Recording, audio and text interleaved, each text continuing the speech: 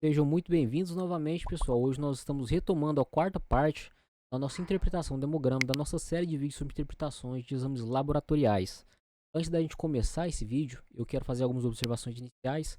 E como a gente está falando sobre o plaquetograma e a plaqueta ela funciona diretamente nas etapas, né, do processo de coagulação, eu não vou entrar muito em detalhes a respeito do coagulograma, na parte da coagulação em si, né, da fisiologia da coagulação, dessas vias extrínseca, intrínseca, via comum. Mas como ela faz parte, né, eu preciso pelo menos abordar minimamente e fazer um contexto também sobre a fisiologia da coagulação, a fisiologia pelo menos da plaqueta, tá? Como ela é formada, como ela funciona, quais são as implicações clínicas para isso, até mesmo seus receptores. Então, nessa primeira etapa aqui agora do vídeo, a gente vai fazer uma breve abordagem, tá? Vamos fazer um resumão sobre a fisiologia da própria plaqueta e depois realmente nós vamos entrar em detalhes sobre a parte quantitativa e a parte qualitativa dessa série de vídeos aqui diretamente do plaquetograma, certo? Então vamos nessa, pessoal. No vídeo de hoje nós vamos falar sobre o plaquetograma, tá? Então, primeiro de tudo, vou apresentar para vocês alguns índices, sobre os índices mais estudados, então, desde o número total de plaquetas, o volume plaquetário médio, tá? O PCT, o PDW, só que tem outros índices também que eu não trouxe aqui nesse primeiro slide, mas eu vou deixar de bônus lá no finalzinho, porque apesar de não ser tão utilizado na prática clínica, ele traz muita informação relevante para a gente não pode deixar abrir mão disso aí, né? Já que a gente tem disponível, não tem nenhum custo adicional para o laboratório, por que não utilizar desses índices? Então vamos falar sobre cada um deles ao longo do vídeo, tá? Primeiro de tudo, pessoal, antes da gente entrar no plaquetograma, a gente tem que definir o que é o plaquetograma. O plaquetograma ele é um conjunto de parâmetros que ele avalia desde a parte quantitativa, de quantidade, e a parte qualitativa, tá? Dessas plaquetas do nosso sangue. E ela, geralmente, ela acompanha o hemograma completo, certo? Mas ela também pode ser feita de forma específica quando você pede só o plaquetograma. Entre os principais parâmetros aqui, então a contagem de plaquetas, né, o número total dessas plaquetas no nosso sangue. Nós temos o VPM, que é o volume plaquetário médio, que ele vai indicar o tamanho médio das plaquetas. Ele é muito similar ao VCM, que ele indica o volume dos eritrócitos, tá? Ele é muito similar também na questão da plaqueta. Tem o plaquetócrito também, que é semelhante ao hematócrito. Da mesma forma, ele vai medir também para a gente o percentual desse volume sanguíneo que está ocupado pelas plaquetas. E não menos importante também o PDW, que é a distribuição do volume plaquetário. Ele é muito importante para a gente porque ele avalia a variação do tamanho entre essas plaquetas. E esse plaquetograma, ele permite identificar para a gente desde uma trombocitopenia, né, que as pessoas chamam coloquialmente de plaquetas baixas, uma trombocitose, quando você tem uma plaqueta alta, e até mesmo alterações na morfologia e até na função dessas plaquetas. Então ela é muito útil para a investigação de distúrbios hemorrágicos e até distúrbios trombóticos, certo? Pessoal, antes da gente entrar em mais detalhes, primeiramente eu queria trazer esse outro exemplo aqui para vocês de liberação de laudo, tá? Para vocês verem uma coisinha aqui. Observem que nem todo hemograma, ou mais especificamente o plaquetograma, ele vem descrito todos esses parâmetros, tá? Muitas vezes, e até para falar a verdade mesmo, a maioria das vezes, tá? Ainda mais nos hemogramas aí, nas práticas que a gente vive no dia a dia, né, na prática clínica, eles só liberam pra gente a contagem total dessas plaquetas. Aí vamos por partes. Vocês provavelmente, né, vão perguntar assim, eu vi que nos slides anteriores você tinha acabado de mostrar que existem muitos outros parâmetros. Por que então os laboratórios eles só informam o número total, né, dessas plaquetas? E eu vou citar para vocês basicamente 5 razões para isso, tá? Primeira razão de todas é pela própria relevância clínica imediata. Tá? Na maioria desses contextos clínicos, por exemplo, um sangramento, uma suspeita de uma trombocitopenia, o monitoramento também de uma quimioterapia, esse número total de plaqueta é a informação praticamente mais crítica, mais decisiva para a gente tomar uma conduta, tá bom? Segunda razão, pela limitação da própria padronização. Como assim? Tem uns parâmetros, por exemplo, o volume plaquetário médio, o PDW, eles variam bastante conforme o equipamento, conforme a técnica de coleta e até mesmo o tempo da análise também. Tá? Essas pequenas variações, até mesmo as variações pré-analíticas, por exemplo, uma demora no processamento, pode até aumentar artificialmente também o VPM. Tá? A gente vai falar um pouco mais isso mais para frente, mas de forma geral eles aumentam artificialmente o VPM, alteram o PDW, eles reduzem então a própria confiabilidade nessa amostra. Talvez o terceiro motivo para isso talvez seria o baixo impacto clínico isolado. Tá?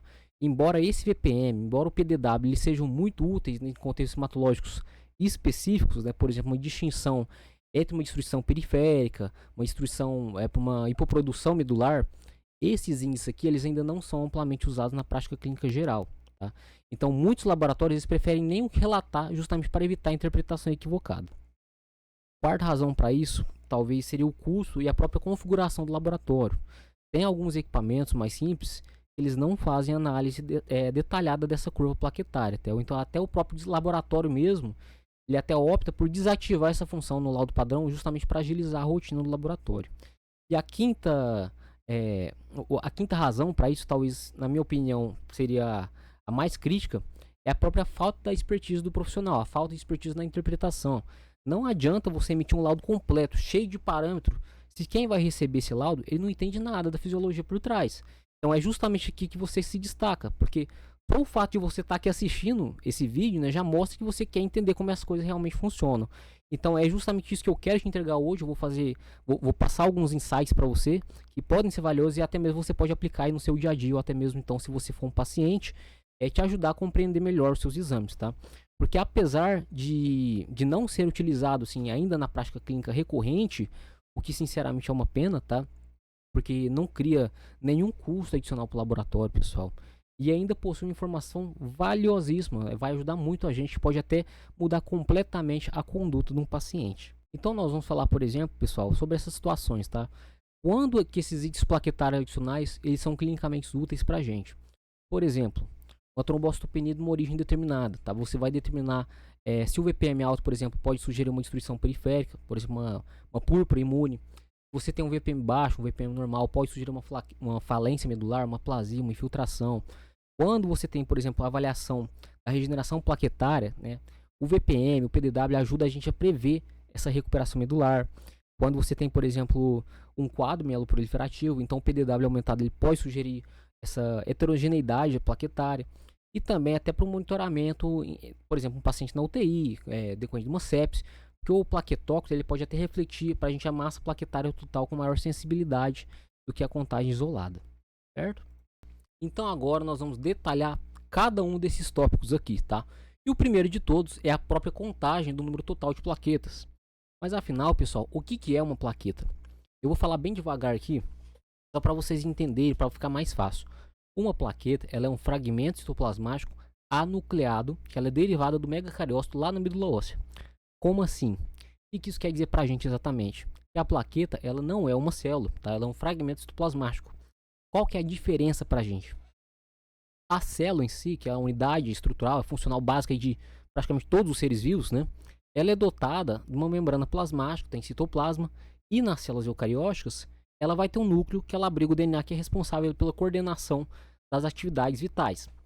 Já a plaqueta, ela não, tá? Ela não é uma célula verdadeira. Ela é um fragmento citoplasmático que ela não tem núcleo. Ela é originada lá da fragmentação dos megacariócitos da medula óssea durante a trombopoiese.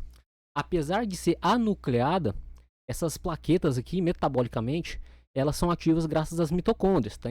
Então tem enzima, tem grânulo, que vão liberar essas substâncias que são fundamentais para a hemostasia, permitindo então que elas se desempenhem um papel essencial tanto na coagulação, tanto também no reparo vascular, até mesmo sem possuir um material genético característico dessas células completas, certo?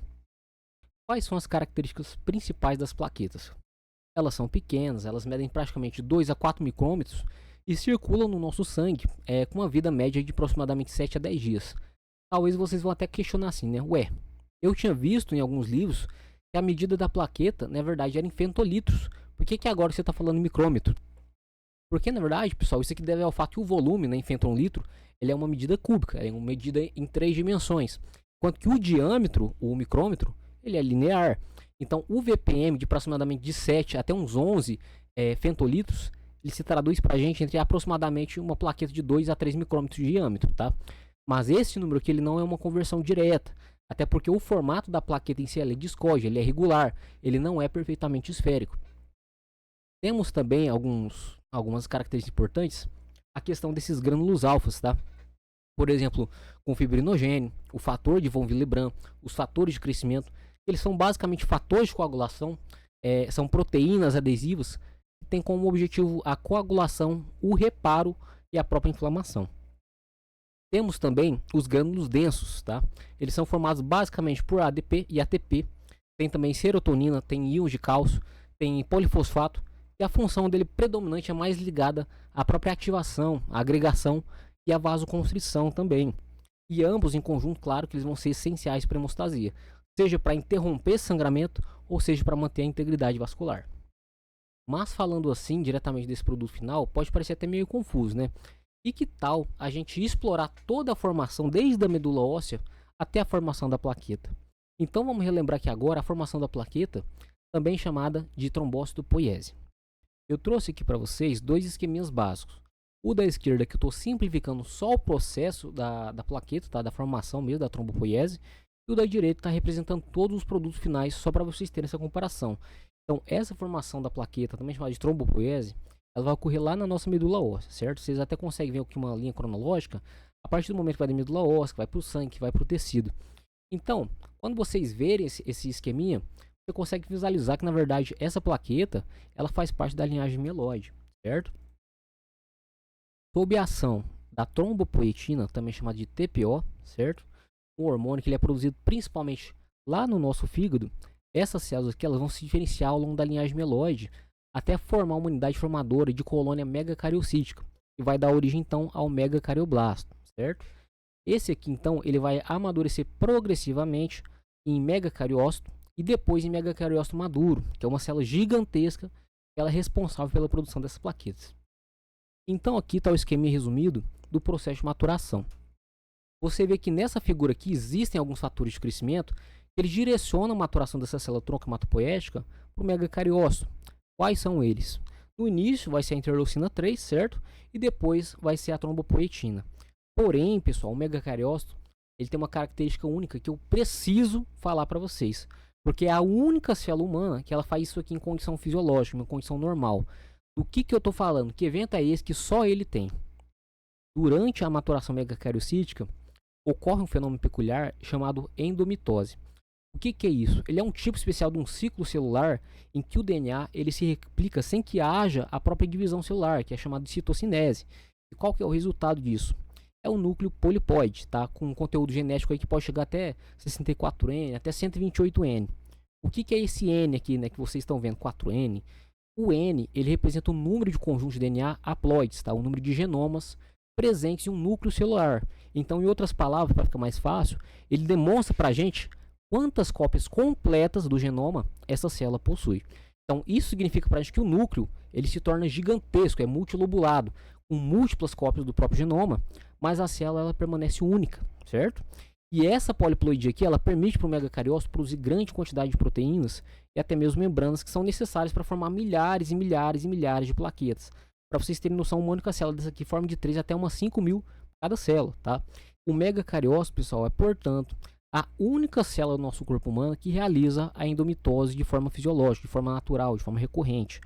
Uma curiosidade aqui é que algumas células tumorais e também algumas células trofoblásticas humanas, elas até podem apresentar uma endorreduplicação, que é o endociclo, só que é um contexto patológico, tá? Isso aqui não é a mesma coisa que uma endomitose fisiológica dos megacariócitos. É um contexto, provavelmente uma patologia, uma doença, tá tendo algum problema ali naquela formação. Isso não deveria acontecer de forma normal. Quando o megacariócito ele atinge a maturidade, ele vai se posicionar junto aos sinusoides lá da nossa medula óssea, tá?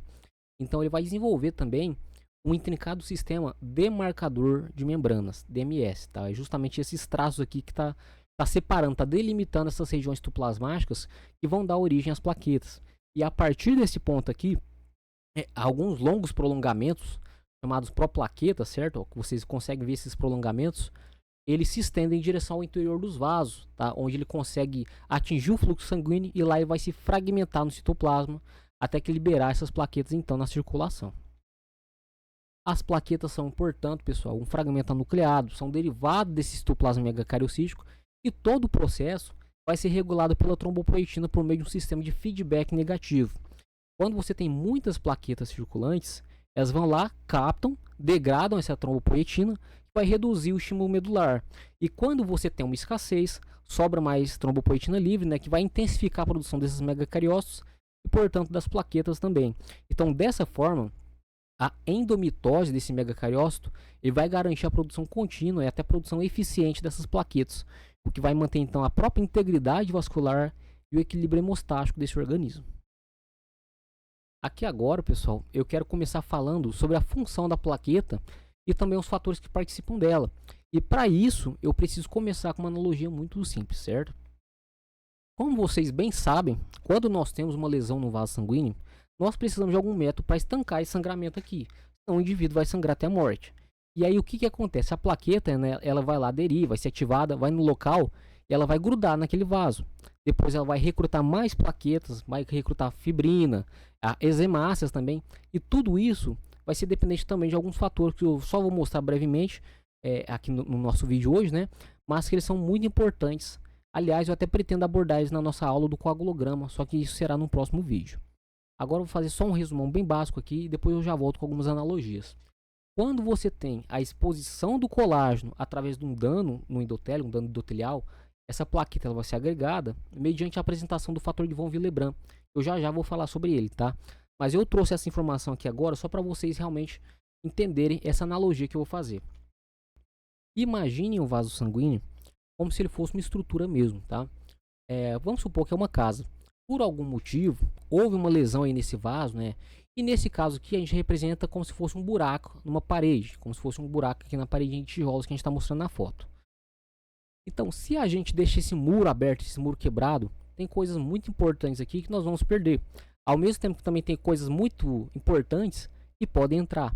Até porque a gente perdeu a integridade desse vaso, a gente perdeu a segurança dessa casa. Então, fazendo analogia aqui bem bobinha, se você deixa um buraco, né, no vaso, além de você perder sangue, ter uma hemorragia, assim como no muro, esse caso que a gente pode falar como se você tivesse, sei lá, um cachorro no quintal da sua casa e ele vai escapar, entendeu? É como se fosse uma analogia boba aqui só pra gente representar. Da mesma forma que se você tem a perda da integridade vascular, pode propiciar um micro-organismo oportunista. Então vamos supor que você tem um muro com buraco no muro da sua casa. Tá passando um ladrão na rua, ele vê uma oportunidade, opa, uma casa fácil. Da mesma forma, pessoal. Então a gente precisa tampar esse buraco aqui e precisa ser com urgência. Agora eu vou falar para vocês. Adianta eu só tapar esse buraco aqui com tijolo? Não adianta, eu preciso também de massa, tá? Como assim? Por que eu tô falando isso? Vamos supor que o tijolo, no nosso exemplo aqui, ele seria uma hemácia, tá? Uma célula vermelha. Por mais que você tenha um tijolo de sobra para tampar aquele buraco, e você preencher só com tijolo, não vai adiantar nada. O primeiro vento que bater aqui vai derrubar tudo de novo. Então você tem que ter uma liga, né? Como se fosse uma cola para ajudar esse tijolo a grudar e não desgrudar mais. E aí você vai lá e faz o que? Você passa o concreto, certo? Porém, pessoal, esse concreto aqui, ele tem que ter uma mistura ideal, são proporções ideais para que essa cola ela seja forte o suficiente. Por exemplo, se você coloca muito cimento ou então você coloca muita areia, essa cola aqui, essa liga, ela vai ficar frágil, ela vai ficar porosa, ela não vai conseguir cumprir a função proposta.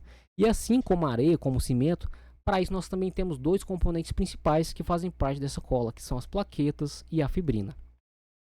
Da mesma forma que eu resumi a formação do concreto, tá? Só para facilitar o entendimento aqui nesse primeiro contato, entendo que na verdade são vários os elementos que eu nem citei aqui para não criar confusão.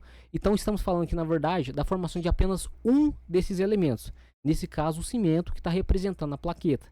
E esta por sua vez ela será equivalente à parte da hemostasia primária, tá?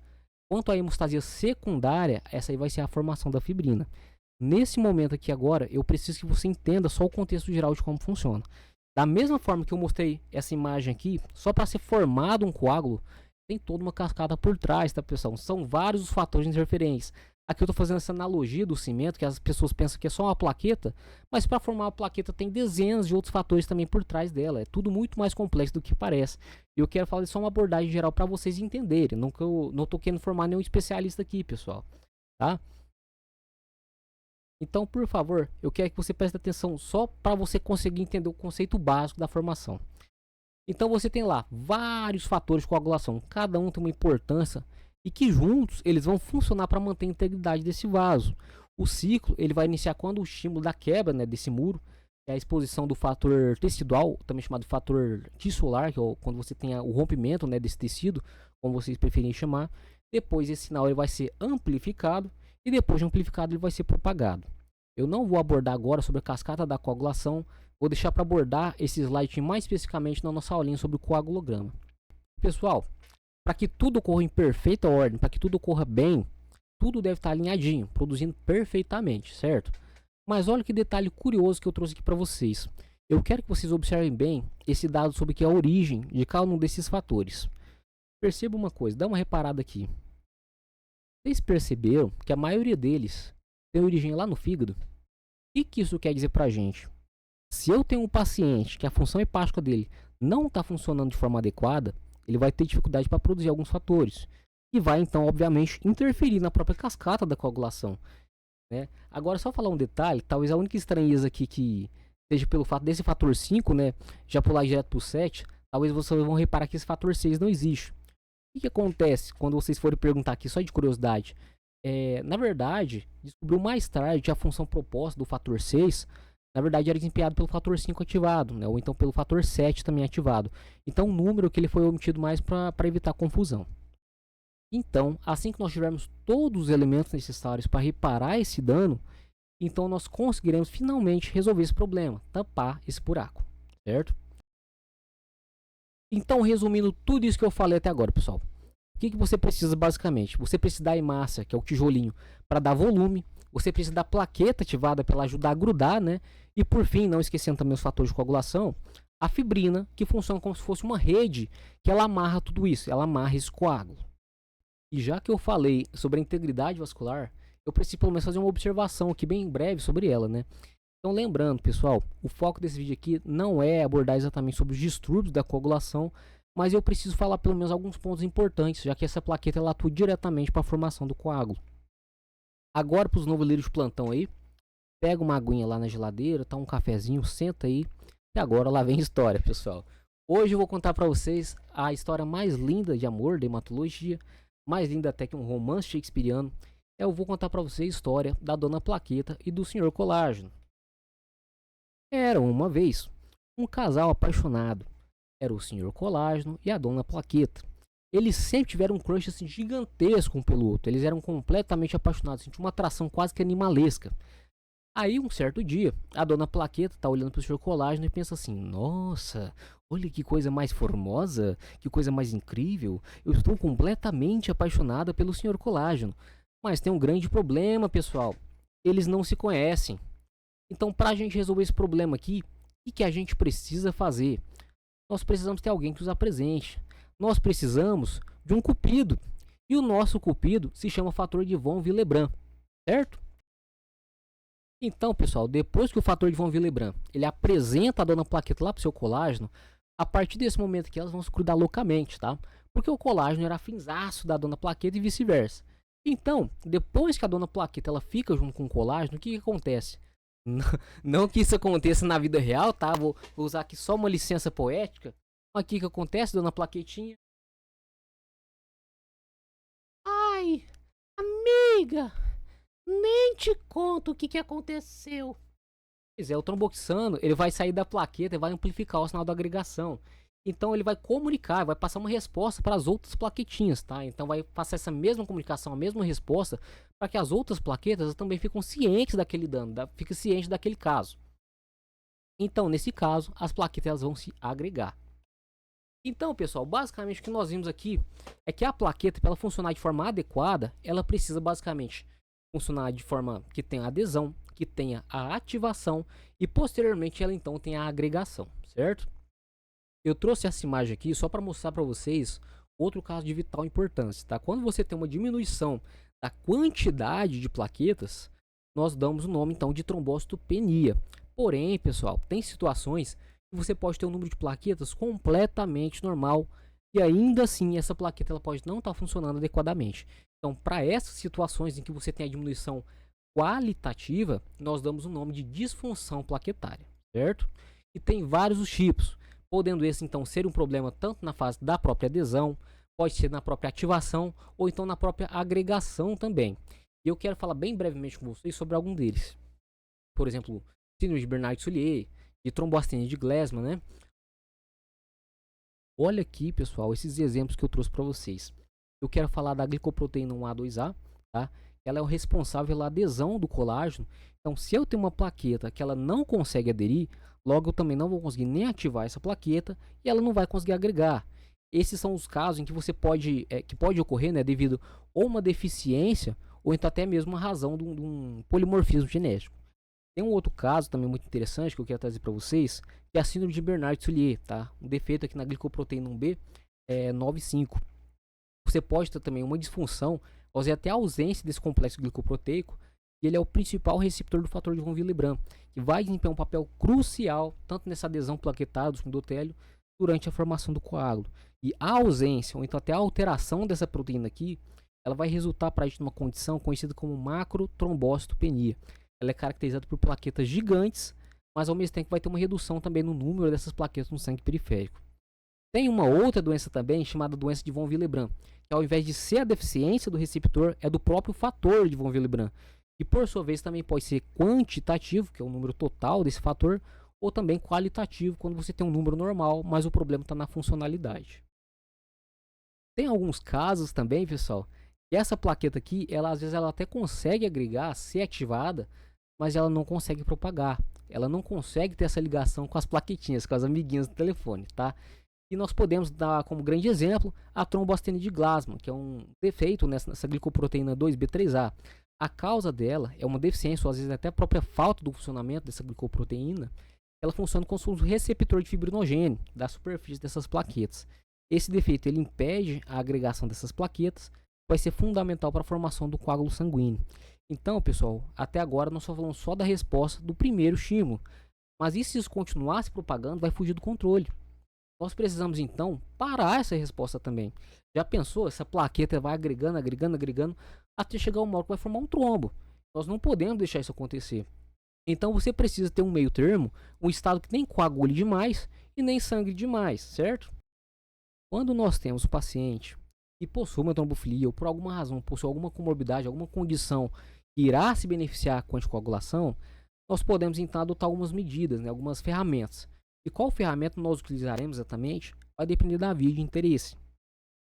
Pela própria prevalência, eu vou falar aqui para vocês só os mais utilizados na prática clínica. Tá? Vocês perceberão que tem muitos outros também que eu não vou nem comentar aqui, que também são muito famosos, como a rivaroxabana, a pixabana, enfim. Mas esses especificamente não são alvos biológicos visando alterar a função plaquetária. Tá? É um outro mecanismo que nós até podemos abordar no futuro na aula sobre exame de coagulação. Mas nós vamos falar aqui agora então do famoso AS. O que ele faz? Eu tenho certeza que já deve ter ouvido falar que o AS, na verdade, é um antiagregante plaquetário, né? Lembra lá da dona Plaqueta mandando um zap para as amigas, contando as fofoquinhas das amigas plaquetinha? Então, aqui é como se você cortasse a comunicação. Então ela não consegue mais ter essa ligação entre elas. E tem também, pessoal, as famosas tianopiridinas ou outras drogas que ela também possuem uma ação semelhante, como é o famoso clopidogrel. Eu vou fazer aqui para vocês uma breve analogia só para vocês entenderem melhor. Imagine que o sangue ele é uma rodovia movimentada, tá? Por onde passam milhões e milhões de carros. E esses carros são representados pelas plaquetas. Em situações normais, quando ocorre um acidente, uma lesão vascular que seja, o corpo ele aciona como se fosse um semáforo de emergência. Vai liberar então sinais químicos que vão fazer esses carros pararem e formarem então um bloqueio controlado, que é um trombo fisiológico, para justamente conter esse vazamento, conter esse sangramento. Agora pensa numa pessoa que tem aterosclerose, onde tem inúmeras obras mal feitas na pista, né, placa de gordura irregular, e pode simplesmente se romper. E quando isso acontece, o sistema de trânsito, ele entende que houve na verdade um acidente, mesmo que não tenha nenhum sangramento real. Então ele manda todos os carros parar ali, vai gerar um engarrafamento perigoso, é o trombo patológico. É nesse momento aqui que vai entrar o famoso clopidogrel. É como se ele fosse um bloqueador eletrônico do rádio desses motoristas, tá? Que vai impedir então que eles recebam um comando de parar e formar o bloqueio. Ele vai atuar inibindo então esse receptor de ADP lá nas plaquetas, que vai deixar as plaquetas como se estivessem surdas, tá? Ao próprio chamado da agregação. Então assim, mesmo que a sinalização ocorra, essas plaquetas elas não vão se comunicar, elas não se comunicam entre si. Então o trânsito ele vai continuar fluindo, tá? Ele vai evitar a formação de um trombo que poderia simplesmente fechar a rodovia ou no corpo. Nesse caso a gente está falando obstruir uma artéria, né? Causar um infarto, às vezes até um AVC. Então pessoal, agora que vocês já viram uma revisão bem resumida da fisiologia, vamos enfim falar dos resultados laboratoriais.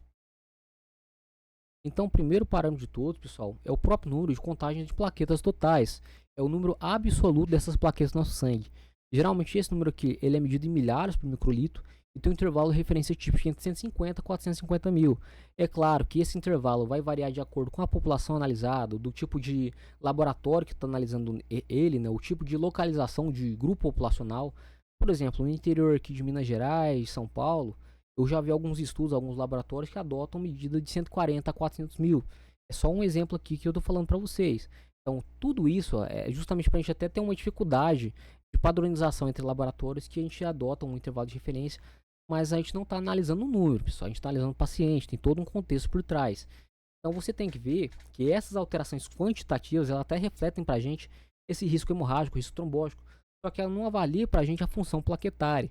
Tem um paciente que ele tem um quadro de uma trombocitopenia, por exemplo, arrastado uns 6 meses, né? E a plaqueta dele está ali por volta de 100, 120 mil, 130 e não sobe mais que isso. E ele fica preocupado. Só que na verdade, quando você tem essa plaqueta mantida, o paciente está assintomático, nunca teve nenhum problema, nenhum sintoma, a gente pode manter só com observação. Tá? Mas eu quero falar sobre esses casos mais especificamente agora. Então agora eu vou falar das implicações clínicas dessa plaqueta. Nós temos então quadros que você tem uma diminuição e tem um quadro que tem um aumento. Da diminuição, que as pessoas preferem chamar de plaquetopenia ou trombocitopenia também, pode ser decorrente de uma redução real ou de uma falsa pseudotrombocitopenia. Como assim? Uma redução real, que ela ocorre com uma produção, ela tem uma diminuição da produção medular. O que isso significa pra gente? Pode ser decorrente de uma aplasia, pode ser decorrente de uma leucemia, uma mielodisplasia. Quando você tem, por exemplo, um caso devido a uma destruição, aqui você já imagina, né, outros causas que pode ser por uma destruição ou então pelo próprio consumo também dessa plaqueta. Então pode ser um quadro de PTI, CIVD, pode ser causado por medicamentos, por infecções também. E temos também o caso do sequestro, que você tem uma redução real. O que é sequestro? É uma esplenomegalia, tá? Lembrando, pessoal, que é um sequestro ali pelo baço. E praticamente 1/3 das nossas plaquetas, elas estão retidas lá no baço. Então você tem que ter esse diferencial também na hora de for pensar em relação ao número total de plaquetas. Temos também a falsa, né, diminuição dessa plaqueta, também chamada de pseudotrombocitopenia.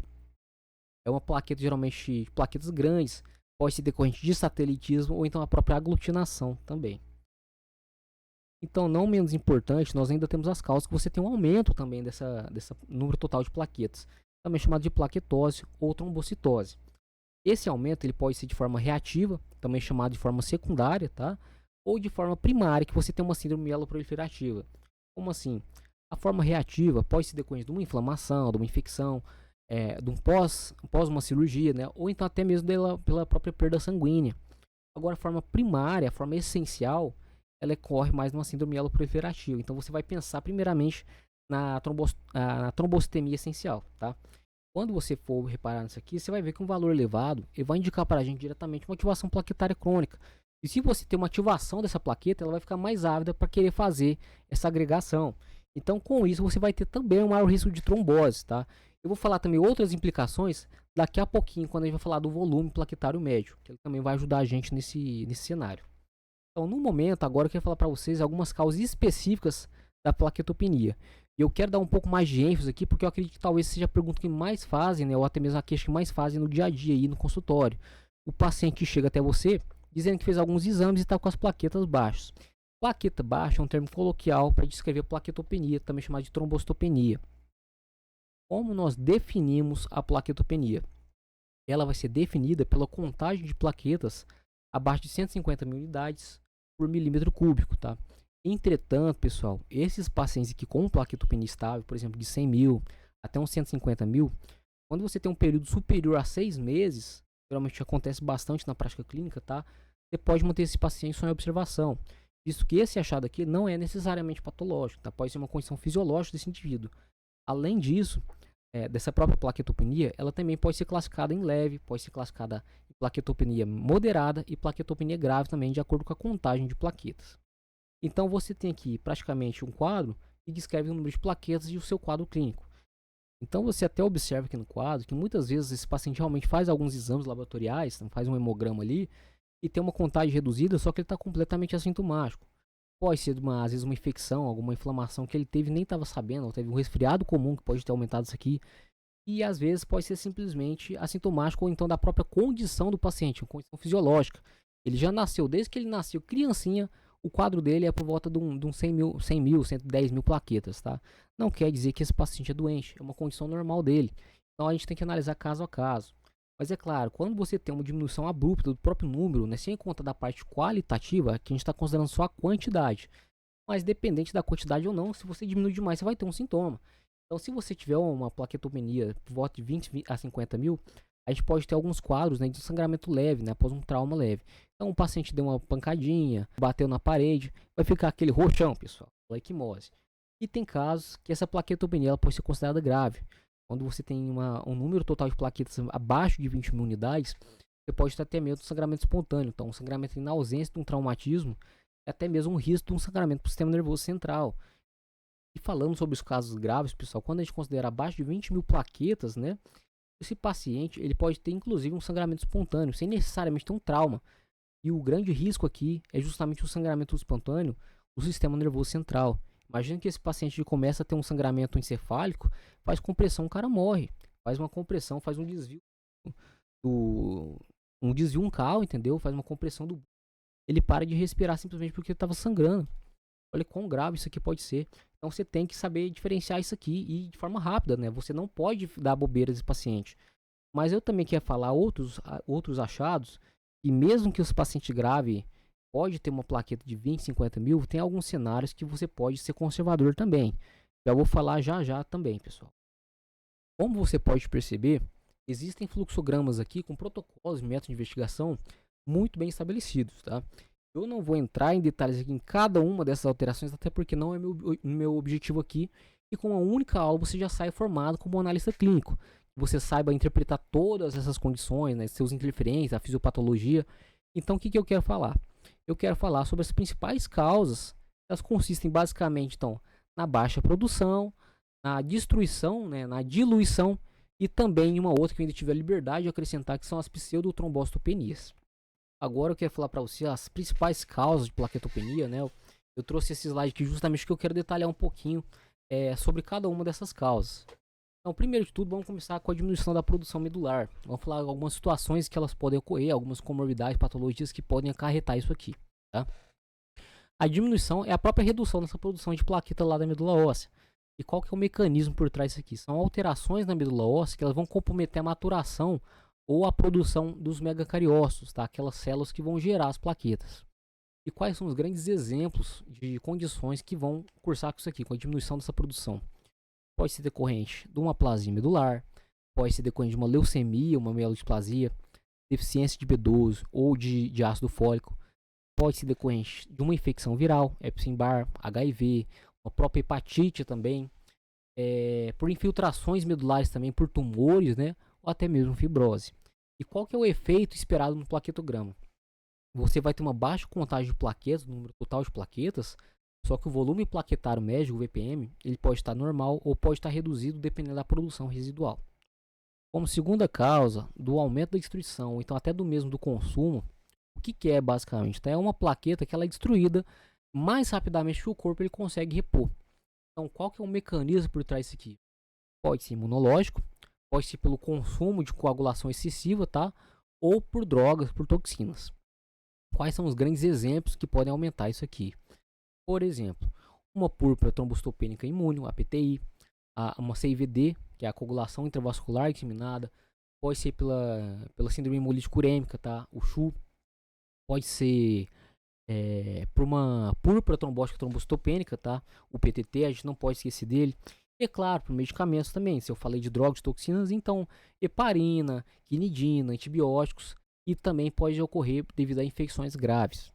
Qual que é o efeito no plaquetograma, tá? O efeito esperado. Você vai ter uma plaqueta baixa, tá? Uma contagem total de plaquetas baixa, e o volume plaquetário médio e o PDW, ele pode estar aumentado.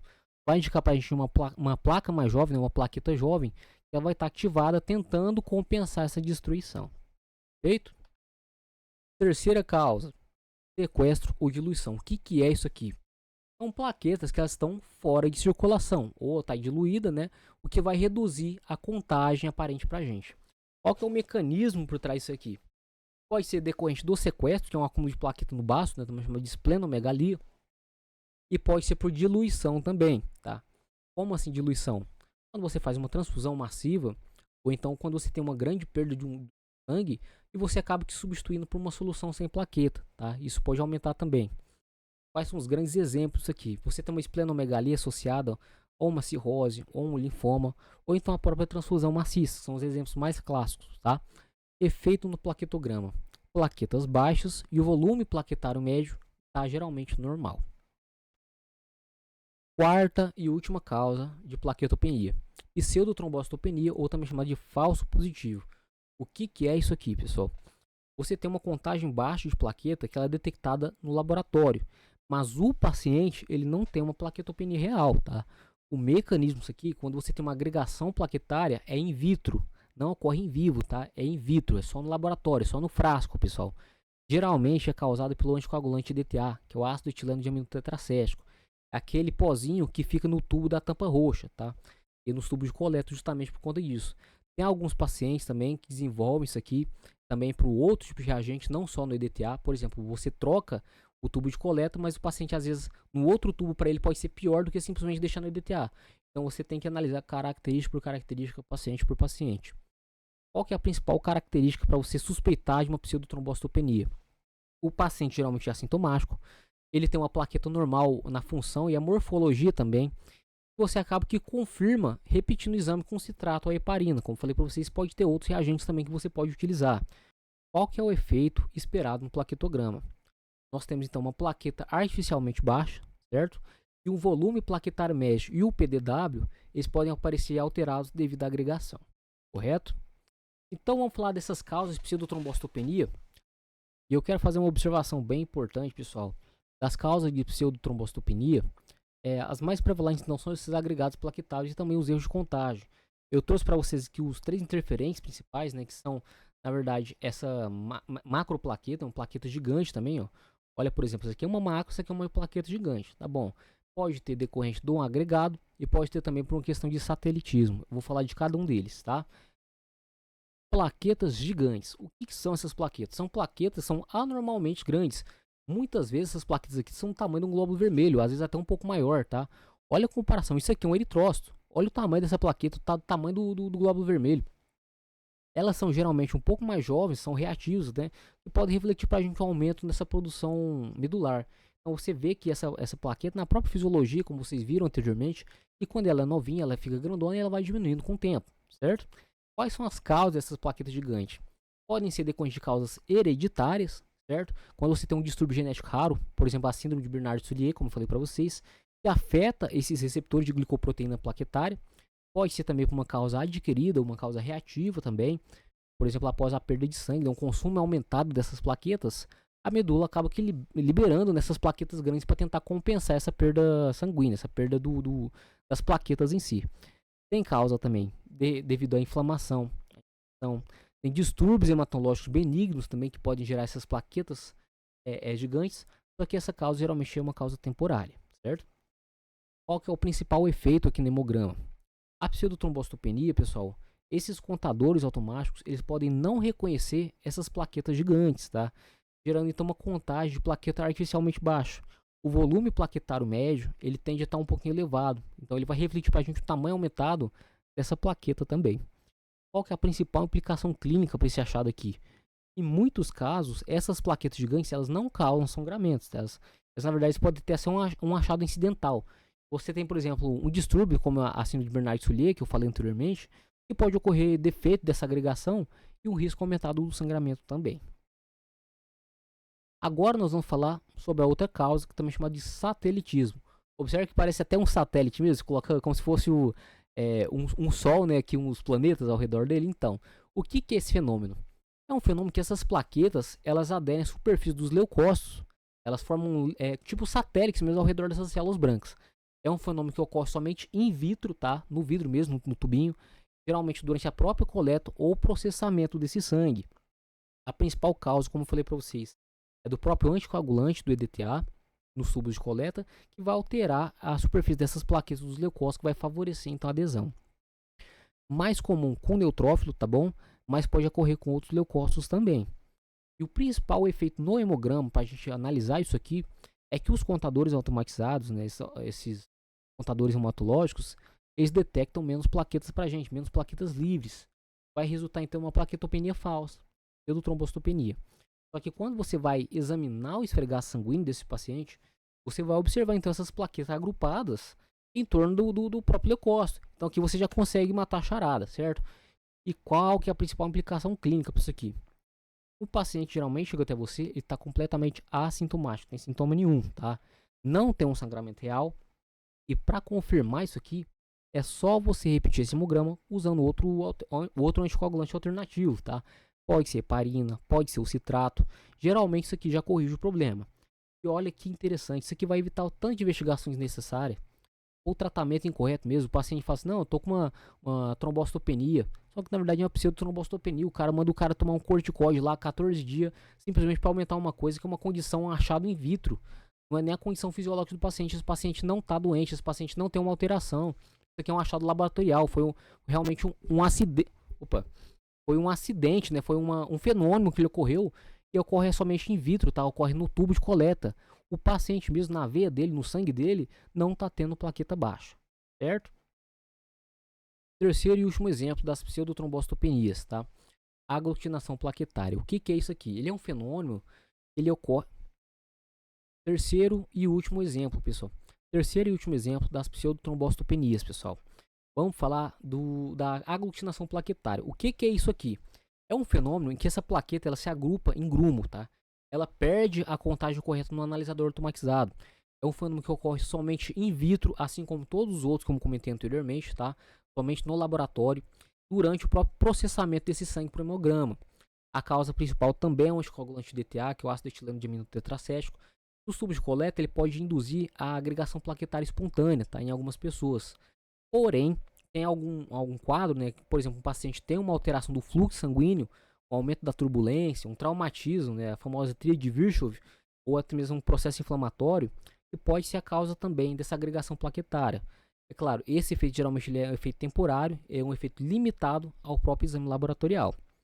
Qual que é o principal efeito no hemograma? Você tem a formação de um grumo de plaqueta.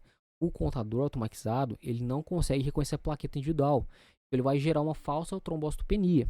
Então, o que vai ajudar a gente aqui? Você tem um VPM, PDW, geralmente vai aparecer alterado, certo? Que vai refletir, então, a própria heterogeneidade do tamanho, né? Causada pelos grumos. E a principal implicação clínica é justamente que esse paciente também é um paciente assintomático, não tem nenhum risco de sangramento real. Então, como é que você pode confirmar, então, se essa amostra que você teve realmente se trata de uma trombocitopenia verdadeira ou não? Como que você vai confirmar isso? E como você vai solucionar uma pseudotrombocitopenia? Primeira coisa, para você realmente confirmar se trata de uma plaquetopenia ou não, tá? Como que a gente vai fazer isso? Vai repetir o hemograma desse paciente utilizando outro anticoagulante, tá? Qual que é o anticoagulante de escolha? A gente pode utilizar ou o citrato ou a heparina sódica também, certo? Para mais, pessoal, a presença dessas plaquetas gigantes, que até estão presentes em algumas trombocitopenias hereditárias, elas podem ser interpretadas erroneamente pelo contador, tá? Então, após a confirmação laboratorial da plaquetopenia, você deve partir para a investigação etiológica. Então, é claro, ela vai ser facilitada quando você quando a gente separa o paciente de um quadro de grandes grupos, né? Por exemplo, uma trombocitopenia decorrente da destruição plaquetária periférica, uma causa secundária à produção medular diminuída, ela é uma causa secundária ao sequestro esplênico, às vezes até pela própria hemodiluição. Então, fica mais fácil da gente conseguir manejar, né? Conseguir fazer o fluxograma para achar a verdadeira causa desse paciente. Então, se nós temos situações que essa plaqueta antes caía, agora nós também vamos falar sobre situações que essa plaqueta sobe, tá? Que ela se eleva muito. Nós chamamos de trombocitose, também chamada de plaquetose, certo? Então, da mesma forma, nós também temos um quadro para conseguir diferenciar, né, uma causa leve, moderada, grave, uma causa extrema, de acordo com o número de plaquetas, certo? E a trombocitose, pessoal, ela pode ter duas grandes origens, certo? Ela pode ser reacional, também chamada de trombocitose secundária, que ela representa praticamente 80% dos casos. E tem a forma primária também chamada de forma clonal, forma neoplásica, que é praticamente o restante dos casos. Agora eu vou detalhar cada uma delas para vocês, tá? Então, pessoal, a trombocitose reacional, o próprio nome dela já fala. Ela está reagindo a alguma coisa, a algum outro estímulo. Então, o que vai ter? Vai ser um aumento dessa plaqueta frente a uma própria resposta fisiológica, então uma resposta normal é um estímulo externo. Geralmente é mediado pela própria citocina inflamatória. As principais que nós temos, então, são a interleucina 6, são a mais representativa, mas tem também a interleucina 11, trombopoetina e vários outros fatores também. Então, eu trouxe as principais causas que elas podem ocorrer.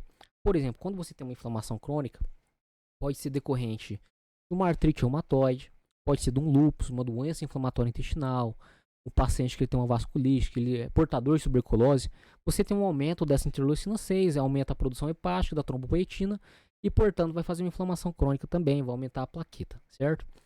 Você tem também infecções agudas, infecções crônicas. Então, pode ser uma pneumonia, pode ser um abscesso, uma meningite, pode ser até o mesmo quadro de malária, tá? Tem muita coisa aqui que pode acontecer isso. Anemias, sim, pessoal, especialmente anemia ferropriva, tá? É a causa isolada mais comum de plaquetose. Como assim? Porque paradoxalmente, quando o ferro baixo ele diminui, né, esse volume, ele reduz a síntese de hemoglobina. Só que paradoxalmente, ele estimula o megacariócito via aumento da eritropoetina e da trombopoetina. Então acaba que aumenta também em decorrência da anemia, principalmente a anemia ferropriva. Nós temos também as causas de hemorragia, causas de hemólise, e geralmente elas acontecem após um sangramento agudo ou então pela própria destruição eritrocitária. E ela responde justamente por conta de uma resposta regenerativa medular, tá lá na medula óssea. Tem causas também muito importantes após esplenectomia ou então após o hipoesplenismo. Eu falei para vocês que o nosso baço ele retém praticamente 1/3, né, das nossas plaquetas. Então, sem o baço, vai ter um aumento da própria plaqueta ejaculante, porque não vai ter esse sequestro, certo? Então, na verdade, ele vai ter um aumento, mas na verdade é um aumento que já era próprio do indivíduo, só que na verdade não está sendo recrutado pelo baço. Então, você vai ter esse aumento justamente da trombocitose reacional. Das neoplasias sólidas, pessoal, o que nós estamos falando aqui? Nós estamos falando de um tumor, tá? Um tumor no pulmão, no ovário, no cólon, no estômago, um tumor na mama. O próprio câncer mesmo, essa citocina inflamatória, ele estimula a produção ectópica de trombopoetina. Temos também o uso de medicamentos, tá? Quais são os medicamentos mais prevalentes aqui? O próprio corticoide, adrenalina, a vincristina, e até mesmo a própria recuperação também após uma quimioterapia, tá? O indivíduo pode ter uma trombocitose reacional também. E é claro, você vai ter também situações fisiológicas que são transitórias. Um paciente que ele está se recuperando de um pós-operatório, após um exercício físico extremamente intenso, o cara correu uma maratona. Então a própria recuperação da trombocitopenia, certinho? E agora nós vamos falar também da trombocitose primária, tá? Que acontece em 20% dos casos, é o restante. Só que diferente da reacional, não ocorre por um estímulo. Aqui o aumento ele é autônomo, ele é da própria proliferação clonal dos megacariócitos lá na nossa medula óssea. É claro, vai ser causado por algumas mutações de genes que elas ativam a sinalização, né, como o JAK2, KLR, MPL. E claro, pessoal, as principais causas disso aqui são, na verdade, doenças mieloproliferativas crônicas. E quais são as principais causas para isso aqui? Nós temos então a trombocitemia essencial, né, que basicamente são plaquetas que frequentemente ultrapassam de mais de 1 milhão em número de contagem. Os megacariócitos também estão gigantes, estão hiperlobulados, tem um risco de trombose e até mesmo um risco de hemorragia.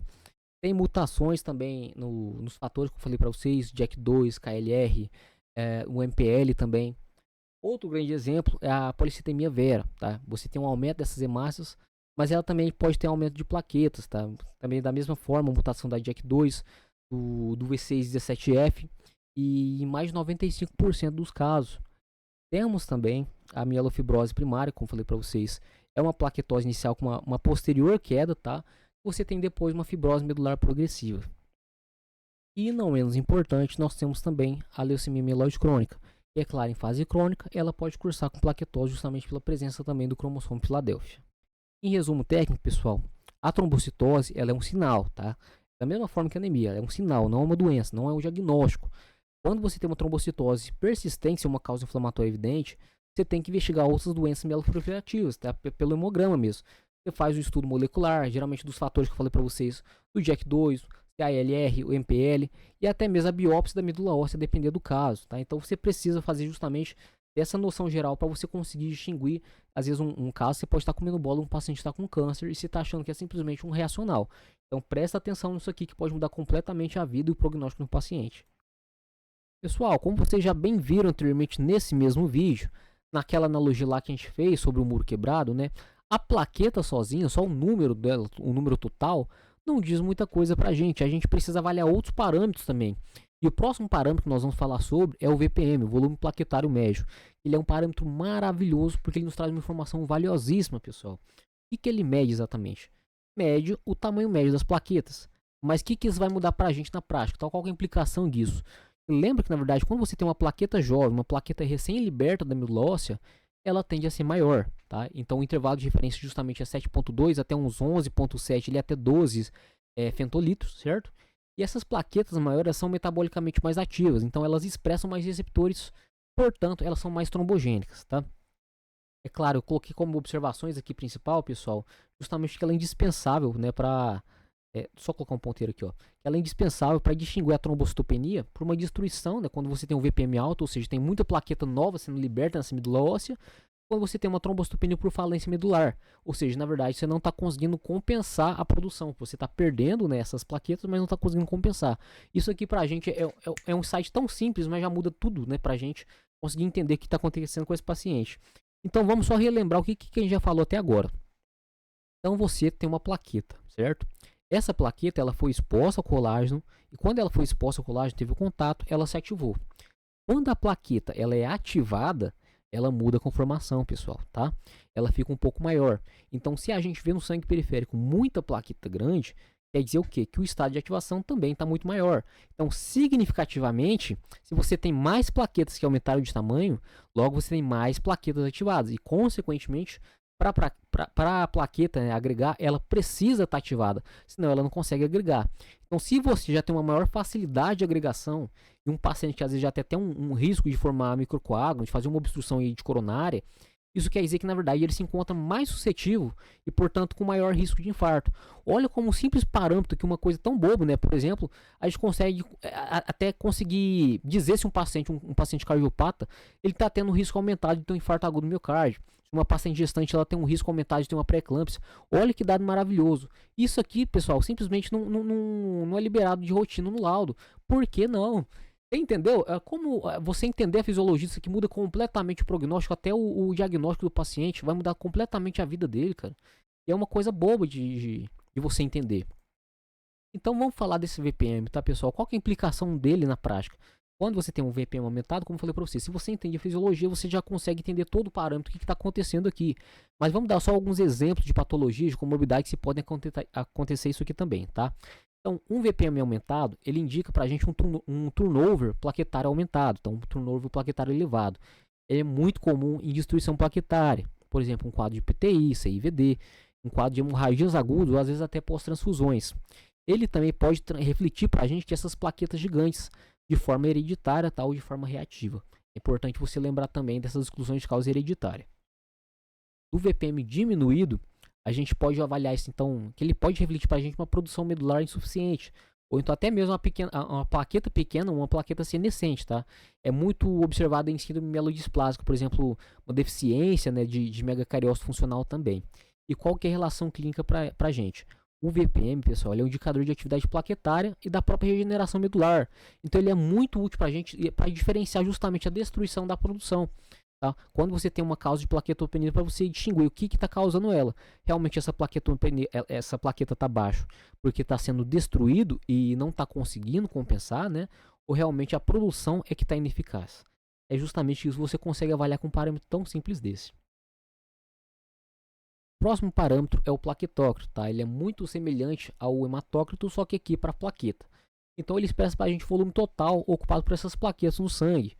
Então tem um intervalo de referência ali 0,22, 0,24%, mas ainda não tem uma utilidade clínica, né? O número sozinho isolado não vai representar muita coisa para a gente, diferente do hematócrito que traz muita informação, tá? E de implicações clínicas, pessoal, quando a gente tem um plaquetócrito reduzido, isso aqui corresponde para a gente a uma plaquetopenia significativa, tá? Então quer dizer o quê? Uma diminuição desse volume total de plaqueta circulante. É claro, isso aqui pode ser secundário a qualquer causa de baixo contágio, né? Seja por produção, seja por destruição ou até mesmo do próprio sequestro. E quando nós temos um plaquetócrito elevado, ele corresponde a uma plaquetose significativa. Então é aumento do número total de plaquetas, então pode indicar até mesmo um risco trombótico. Como valor complementar, pessoal, só é importante mencionar isso aqui, o plaquetócrito ele ajuda a gente também a quantificar a massa plaquetária total, não apenas a contagem, tá? Então ele acaba sendo muito útil em caso que essas plaquetas grandes, essas plaquetas irregulares, quando a plaqueta sozinha, ela pode ser enganosa. E o próximo parâmetro, pessoal, nós vamos falar sobre o PDW, tá? A amplitude da distribuição plaquetária. também é um análogo do RDW, da mesma coisa do eritrograma, só que aqui a gente está falando das plaquetas, tá? O que ele mede pra gente? Ele mede a anisocitose plaquetária, tá?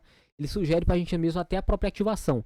Ele pode aumentar aí em pacientes com diabetes mellitus tipo 2, assim como o plaquetógrafo também, o VPM, claro. E o PDW, ele também aumenta se uma amostra, por exemplo, ficar muito tempo em contato com o reagente, tá? Esse reagente ele vai ser artificialmente, vai aumentar a plaqueta, vai ficar uma plaqueta grande, uma plaqueta gigante, e pode ser confundido também. Então até isso é importante você entender que o tempo da amostra também é exposto, tá? Tudo, pessoal, qualquer tipo de interferente, pré-analítico, analítico, pós-analítico, tudo isso vai interferir. Você tem que ter uma noção geral do que está acontecendo com esse paciente. O que vai medir para a gente na prática o PDW? Ele vai medir a heterogeneidade do tamanho dessas plaquetas, tá? Então, essas plaquetas mais jovens, as plaquetas ativas, elas tendem a aumentar a dispersão do tamanho. Então, a gente tem até um intervalo de referência entre 10 a 17%. Qual que é a implicação clínica para a gente na prática, tá? Quando você tem um PDW elevado, isso aqui indica para a gente a variabilidade no tamanho da plaqueta. Está refletindo uma ativação plaquetária, ou então às vezes até uma própria produção aumentada dessa plaqueta. Então, é muito comum, quando você tem um caso de uma destruição plaquetária, né, então seja aí o PTI, o CIVD, o que acontece? Essa medula ela libera as plaquetas jovens, e essas plaquetas jovens são grandes. Tem também as plaquetas gigantes, que podem ser, lembrando mais uma vez, as causas hereditárias também e as causas reativas. E é claro, também pode aumentar em caso de inflamação ou até mesmo em caso de trombose em andamento. Quanto ao PDW baixo, né, quando você tem uma plaqueta uniforme, o que a gente pensa? Pode ocorrer provavelmente uma produção medular pobre, uma produção senescente, né? Aquela plaqueta, perdão, ela não está conseguindo ser produzida continuamente, não está sendo produzida de forma adequada. Então, pessoal, o PDW junto com esse VPM, com a plaqueta em situ tal, ajuda a gente a diferenciar as trombocitopenias por destruição das trombocitopenias por produção, e também pode indicar o risco trombótico de plaquetose. Olha como parâmetros que na verdade não são nem incluídos trazem tanta informação para a gente.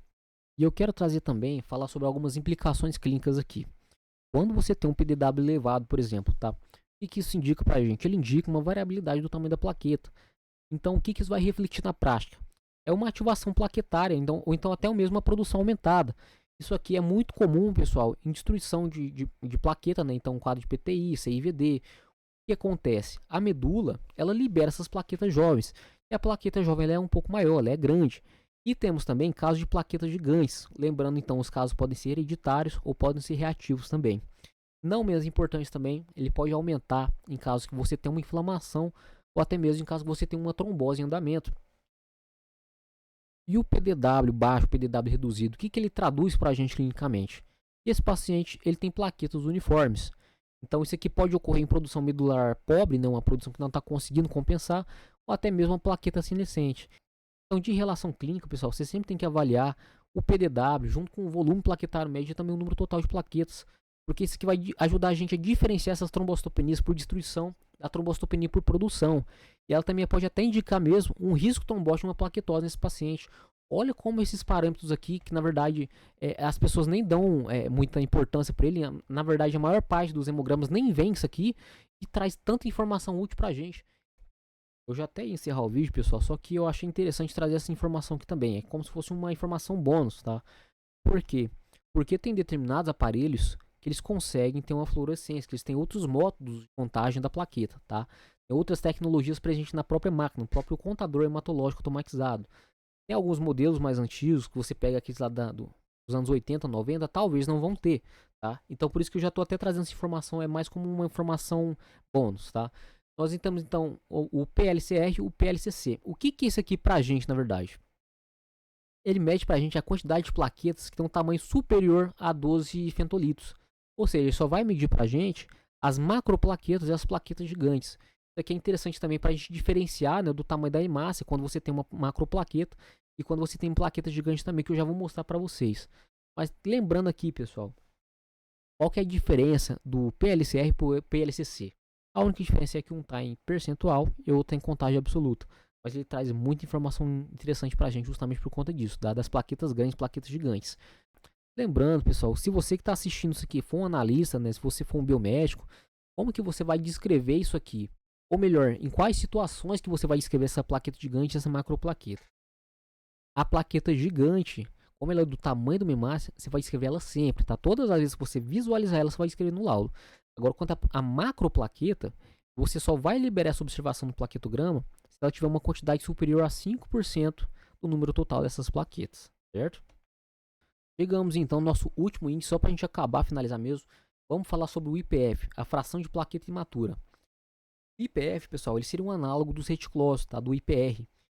É claro, isso aqui vai ser possível ser visualizado caso o seu aparelho ele tenha esse índice, tá?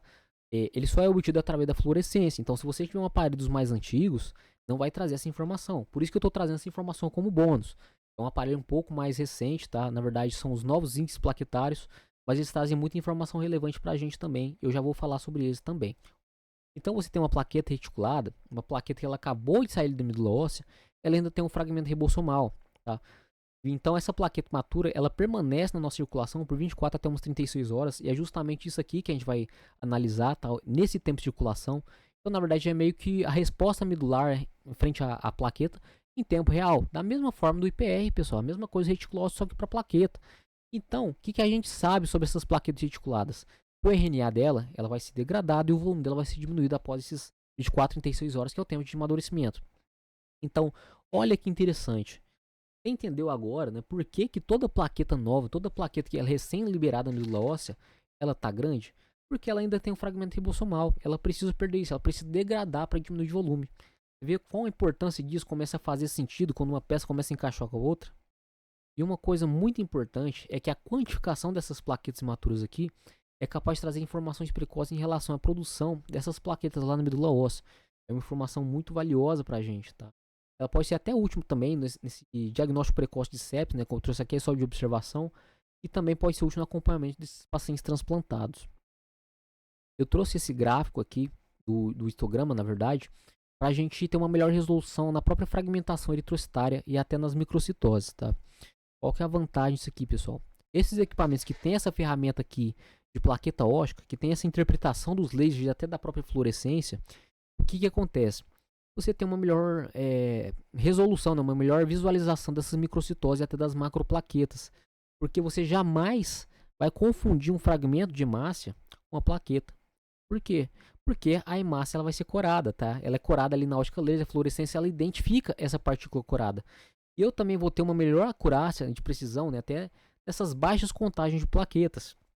Por exemplo, nas trombocitopenias importantes, esse equipamento aqui ele pode se contaminar. Ou seja, ele fica facilmente ali contaminado com o resto de lixo celular e aspecto débrio, né? O que isso significa pra gente na prática? Um paciente que ele tem ali praticamente umas 300 mil plaquetas e você tiver um debris de 5 mil, não faz diferença nenhuma. Agora ele tem 295 mil ou 305 mil plaquetas, tá? Então não faz muita diferença pra gente. Agora imagina se você tiver um paciente, ele tem 11 mil, 12 mil plaquetas, tiver praticamente 3 a 4 mil partículas contaminando essa amostra.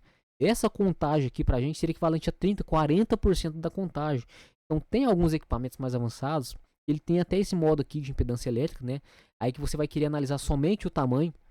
E tem um modo de plaqueta óstica também, que é o chamado modo de plaqueta I ou modo de plaqueta IPF. Olha que interessante. Então, às vezes, você tem um paciente ali com uns 28, uns 30 mil plaquetas pelo modo de impedância. Aí quando você faz pelo modo de plaqueta óstica, dá na verdade uns 22, 23 mil, porque o resto na verdade é contaminação, certo? E tem alguns equipamentos também, pessoal, eles existem um julgamento automatizado também. Como assim? Caso um desses modos ele apresente uma diferença notável, uma diferença brutal, ele automaticamente ele libera um modo de maior acurácia, tá? O que diminui a própria necessidade de a gente averiguar de forma manual. É claro, o canal da fluorescência ele é capaz de identificar também através da plaqueta óstica e também da plaqueta reticulada, certo? O último histograma só para a gente finalizar. Vamos fazer um apanhado aqui. Quando a gente consegue identificar uma plaqueta reticulada, a gente permite o equipamento apresentar para a gente um outro índice que é o IPF, da mesma forma que eu falei para vocês. Não é todo aparelho que tem esse índice, tá? Então, o que isso vai medir exatamente? Né? O percentual dessas plaquetas jovens que está ali em circulação. Como eu falei para vocês, de 24 até umas 36 horas, tá? Ele é um marcador extremamente útil para a gente nesses pacientes. Pode ser um paciente com dengue, um paciente com leucemia, um paciente com uma plaquetopenia pós uma quimioterapia, nos pacientes que por qualquer motivo tem um episódio de trombocitopenia, nas púrpuras, nos casos imunológicos, né? Em todos os quadros patológicos que possuem uma diminuição de plaquetas aqui é útil. e que é um detalhe muito interessante, só pra gente finalizar aqui, olha que observação, só pra você guardar aí pra você. Tem alguns bancos de sangue internacionais aqui do Brasil, utilizando o equipamento que tinham, né, o IPF, eles conseguiram reduzir significativamente o número de transfusão de unidade concentrada de plaquetas para o paciente. Pois só com você ter uma informação do IPF, você já sabe se o paciente está respondendo bem ou não. Ou seja, se essa resposta já está melhor, né, se vai estar melhor amanhã, vai estar melhor mais tarde, e até mesmo se o paciente vai conseguir melhorar em poucos dias, o que vai conseguir diminuir para a gente essa demanda da transfusão de plaquetas. O último histograma, fazendo um apanhado geral, pessoal, lembrando, identificando essa plaqueta reticulada, ela permite para a gente, o equipamento, né, apresentar para a gente um outro índice que é o IPF, certo? Como eu falei para vocês, é a fração de plaquetas imaturas, não é todo equipamento que vai liberar essa fração aqui, certo? E vai medir para a gente o percentual daquelas plaquetas jovens que estão ali em circulação, no meio da circulação total das plaquetas. Como eu falei para vocês, tem esse tempo médio de 24 a 36 horas em média, tá? Ele é um marcador para a gente extremamente útil nesses pacientes com dengue, pacientes com leucemia, paciente que tem uma plaquetopenia pós uma quimioterapia, nos pacientes que por qualquer motivo tem um episódio de trombocitopenia, né, nas púrpuras imunológicas, aí, em todo quadro patológico que possua uma diminuição de plaquetas, isso aqui vai ser útil. E olha que interessante, vou trazer só essa informação bônus para você aqui, só para você guardar, para você começar a pensar um pouco melhor. Alguns bancos de sangue internacionais aqui do Brasil, utilizando o equipamento que tinha o IPF, eles conseguiram reduzir significativamente o número de transfusão de unidades de concentrado de plaquetas para esse paciente, tá? Pois com o IPF, você já até consegue saber se esse paciente está respondendo bem. Ou seja, se essa resposta aqui ela vai estar melhor mais tarde, né, em poucas horas, ou no outro dia, o que diminui a demanda de transfusão de plaquetas. Então você tem um paciente que está com 20 mil plaquetas.